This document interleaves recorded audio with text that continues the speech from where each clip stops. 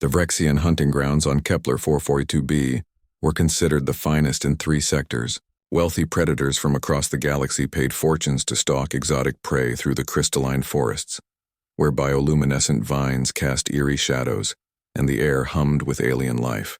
Lavia moved through those shadows now, her 4 eyes tracking heat signatures, her chitinous plates gleaming in the dim light. She was a Scarith, apex predators from the Andromeda Spiral, and she had paid handsomely for this particular hunt. The prize? A human child. Rare. Illegal, certainly, but the Vrexian syndicate didn't ask questions when credits were transferred. The boy couldn't be more than 10 cycles old, she estimated. His thermal signature blazed orange-red through her vision as he huddled behind a fallen log, his breathing rapid and panicked. Humans were supposed to be weak, fragile things from a backwater world that had only recently stumbled into galactic society. Easy prey. Lavia's mandibles clicked in satisfaction. She would make this quick, perhaps mount the skull in her trophy hall. She stalked closer, savoring the child's fear scent that carried on the artificial wind. The Vrexians had done well with this hunting preserve, mimicking a dozen different ecosystems. Right now, they were in a sector designed to resemble Earth's temperate forests. How fitting. Please, the boy whimpered, his voice cracking. I want to go home. Lavia's translator rendered his words into Scarith. She almost felt something. Not quite pity, but a recognition that this was almost too easy. Where was the challenge? The thrill? Still, credits were credits, and reputation was everything. She raised her plasma caster, the weapon humming to life with a soft whine. The boy, Liam according to the documentation, pressed himself against the log, tears streaming down his face. Then the ground shook. Lavia stumbled, her aim thrown off. The tremor wasn't from the preserve's environmental systems. This was something else. Something massive and moving fast. A roar split the air. Not the synthesized sounds of the hunting grounds, but something primal. Something that made Lavia's genetic memory scream warnings her conscious mind couldn't comprehend. It was a sound that predated civilization, that spoke of territories defended and young protected. The crystalline trees exploded inward as something gray and enormous burst into the clearing.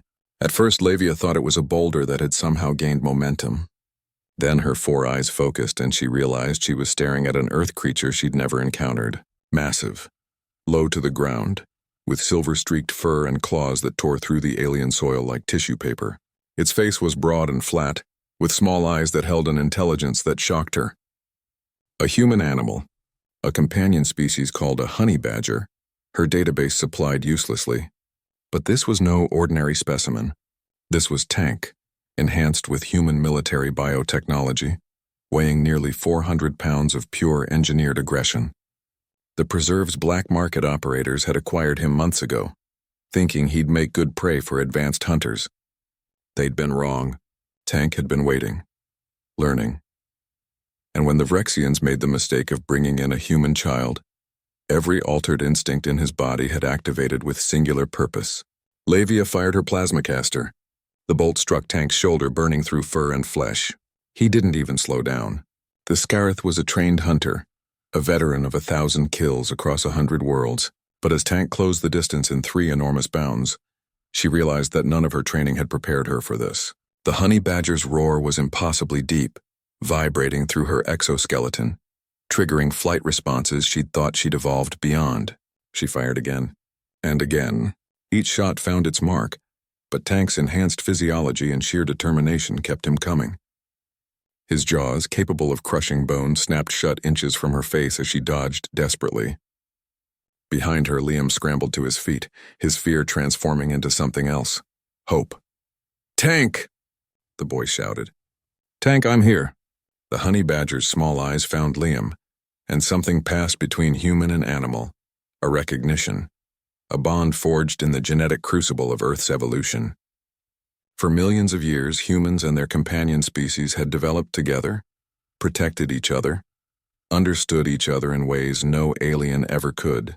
Lavia tried to retreat, but Tank was between her and escape.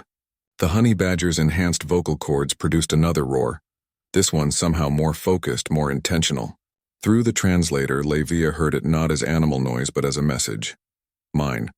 Protected. Leave. She understood then. This wasn't prey. This wasn't even really an animal by galactic standards.